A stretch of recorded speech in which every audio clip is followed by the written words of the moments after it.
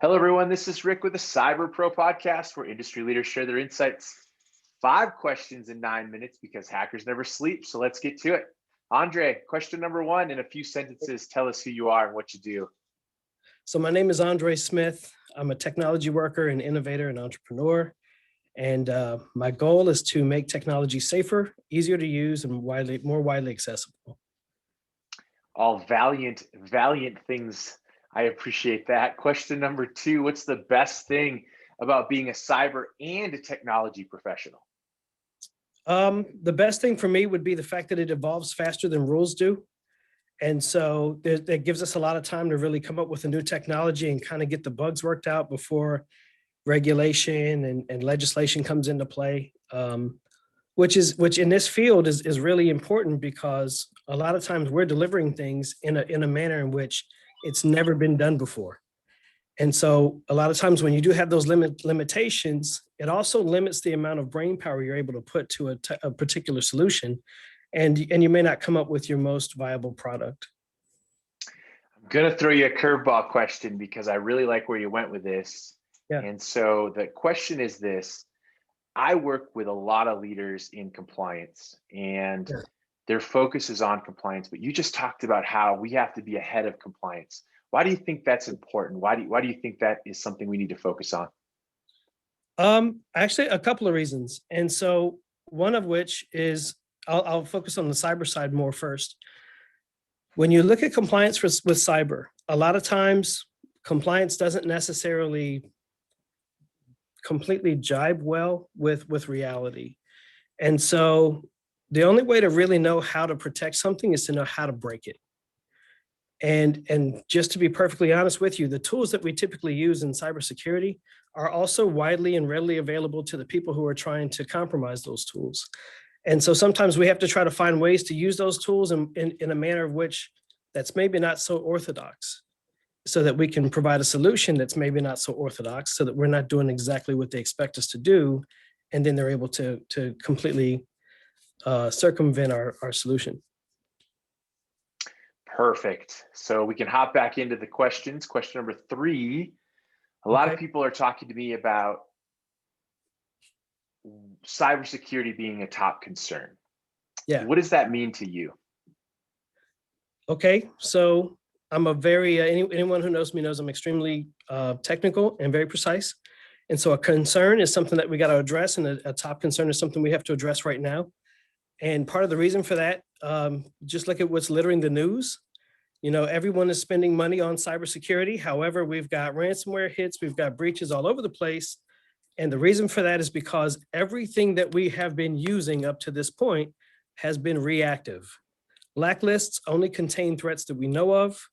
And when you're looking through logs in a SIM, you're looking at things that have already happened. By the time you can recreate that session and see exactly what took place, we're looking at sometimes weeks, sometimes months down the road. You hear in January that, hey, if you used your credit card at a particular store between last May and August, you might have been part of a breach. And it's like, in January, right? So, and so, yeah, so even when you got these companies that are so-called cutting edge, that are still using reactive technologies, then yes, it remains a very high concern.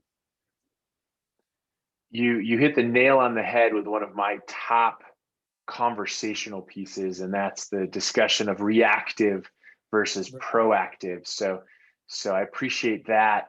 Question number four, what piece of insight do you want to share with other cyber and technology experts?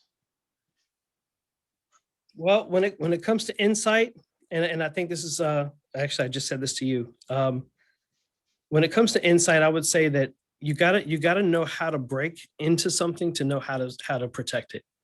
If I hire you to protect a bank and you come up putting all kinds of cameras in the hallways and new locks at all the entrances, but then we find out through people who rob banks that what they do is tunnel in and come up under the vault, then none of that stuff matters.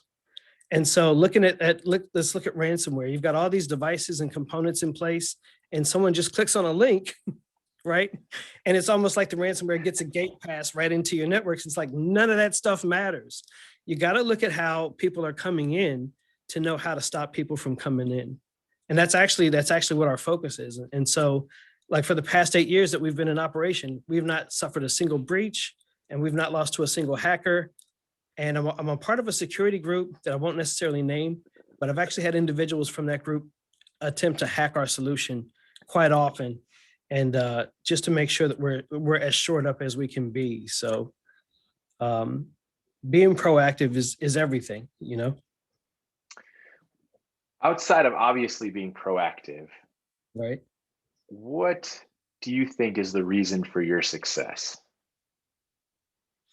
I think the reason for my success is that I keep my focus on people. You know, I'm not just doing security so that I can sell you a security solution.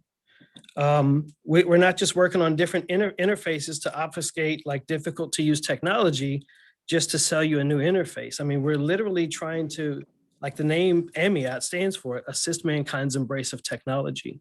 And so since I always keep everything people centric, people who aren't technology people appreciate that. And even if they don't always understand exactly what I'm saying, believe me, I actually have translators to translate my speech into customer speech. But if they don't understand exactly what I'm saying, they still know that I have their best interest at heart, and they trust me. I like how you put it as customer speak. I say that I translate nerd well. So I appreciate where your translators sit. So Andre, Nice. question number 5, fifth question. This is the one that makes us all smile. What's your favorite piece of retro technology that makes you smile? Wow. I feel like that's really a loaded question. You can give me Because 2 if you want. well, I'm just saying, you know, technology is not necessarily a device. It's the tools, and it's also the knowledge that we use to do what we do better, right? And so I kind of have to say right now, it's leadership. Um, we have a lot of antiquated leadership in place. I don't know if you, and I'm not calling any names out in particular, but I don't know if you saw the hearings with Facebook and Google and Apple. It was on one hand, it was kind of comical, so it made me smile, right? But then on the other hand, it just reinstated how much more work there is to be done, that we've got to educate people. It's funny, I was watching, I think it's Chris Johnson, another person that you had interviewed, and he was saying the same thing, like we're all in this together, and we got to spend more time educating the customers, and that was a really clear indication that there's so much more work to be done. I appreciate the outside of the box technology thought there, because you're right. You know, leadership is a technology. It is.